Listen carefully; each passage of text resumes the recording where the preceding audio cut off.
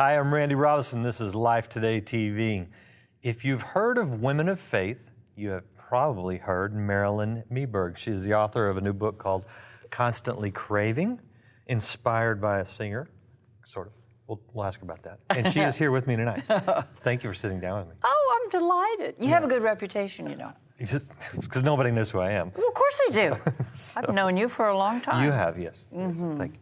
Yeah. Now, the first thing I said to you when I saw your book was that I got it confused with the title of a song, and you revealed that there is a bit of a connection. Well, K.D. Lang's music often touches my soul because I think she's a tremendous lyricist. And she's talking about this constant craving in the human heart, which I so vibe to.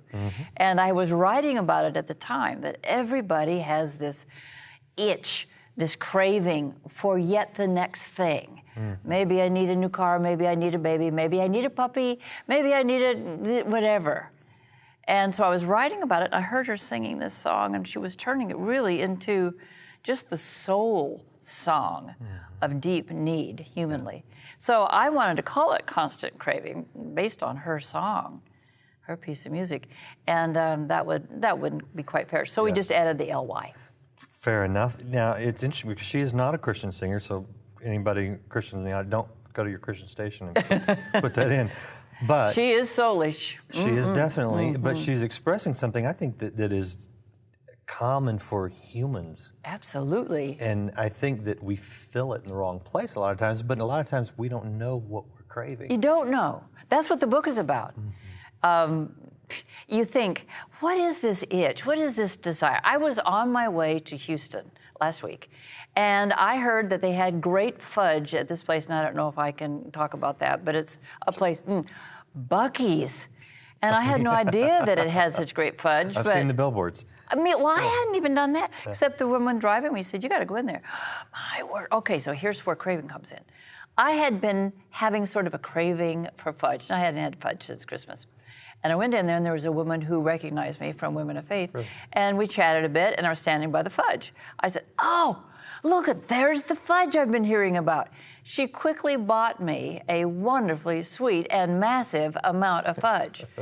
And so I had a piece or two or three on the way to the conference I was going to speak to.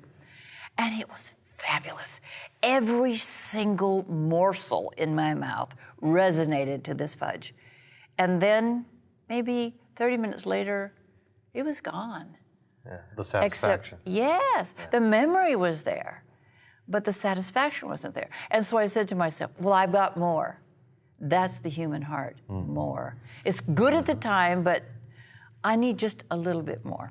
Sugar actually makes you crave more sugar. That's what I hear. It does, and bread's the same way. Oh, so I love both. It's interesting, though, that but it doesn't give you nutrition at the same time. No, and that's right? bad, too. And it's interesting, though, that a lot of times we crave something and we don't know what it is, so we try to satisfy it with something. Absolutely. And that causes us to crave it more, whether it's attention, yes, money, yes, recognition, yes, cars, the approval of other things. Yes, things, right? Yes. And we try to fulfill it, but like you say, it's fulfilling for a time, but only limited. The craving is still there. Oh, absolutely, just will not go away. And not fully. And it's not nourishing. No, it's not nourishing to the soul. No. If we're going to talk about soul issues, which was the birth of the book. Ken and I were in Hawaii and I said, babe, this is a perfect moment. I mean, the sun, and I'm a beach person, the sun, the temperature, everything.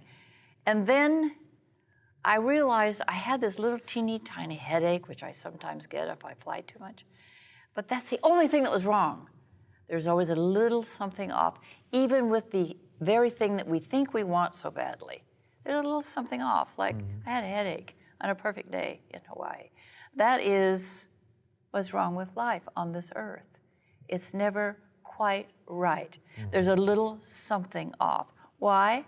Our friend Eve in the garden thought everything was perfect for her. I mean, it was perfect until the enemy said, there's more. There's more. There's more. And you could have it. You could have it right now. So she took the bite, and the curse on the earth and the price we pay for sin that Jesus paid for so that I have eternity, but I have on this earth a less than perfect place in which to live. So there's a limit on my fudge. Oh, good. That'll keep you on this earth a little longer. Yeah, well, probably, and fatter. Okay, now, some people don't believe that. They don't believe the Bible. They don't believe necessarily in Christ as the Messiah, Redeemer of sins, but yet they have the cravings. Yes.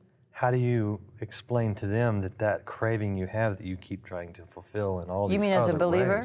Yeah, how does a believer tell a non-believer what the fulfillment of the craving is? Well, isn't it interesting that when Jesus saw the woman at the well and he offered her water, that were she to drink it, she would never thirst again. So as an unbeliever, you think, well, that doesn't make sense. Because we all know no water is going to keep you from ever getting thirsty again. Right.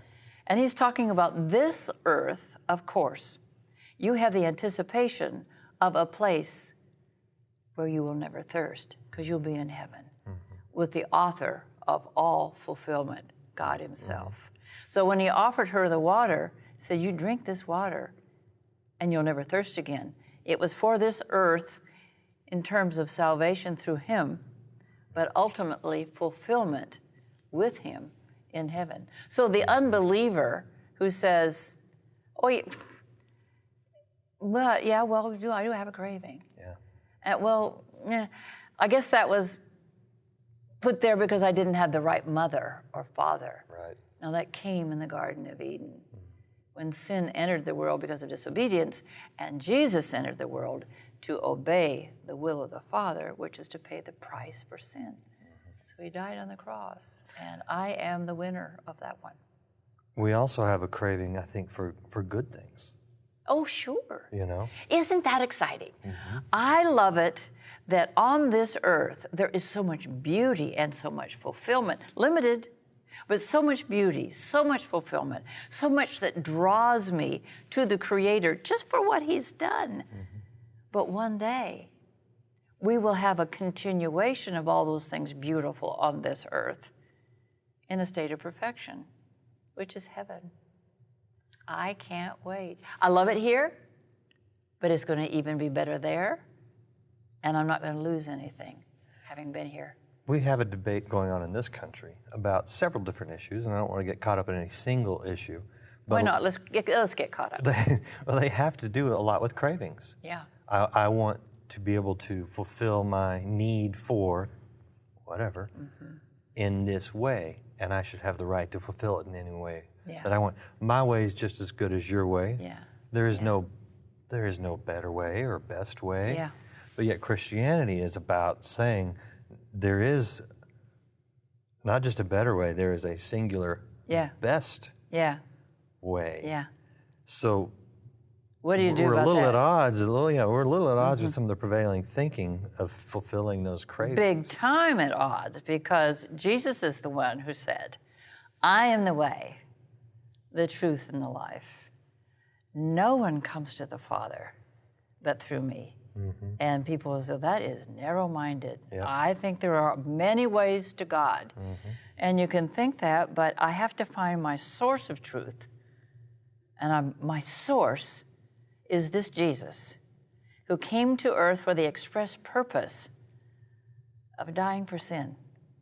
And when he died for my sin, I then have the opportunity to receive him through confession and know that one day I will be in heaven where all cravings are satisfied, but on this earth, that little insatiable need for peace, for well-being, for purpose, for meaning, that's found only, and it sounds narrow-minded to those of you who may not be believers in this person of Jesus, but the Bible says, Jesus says, it's in him.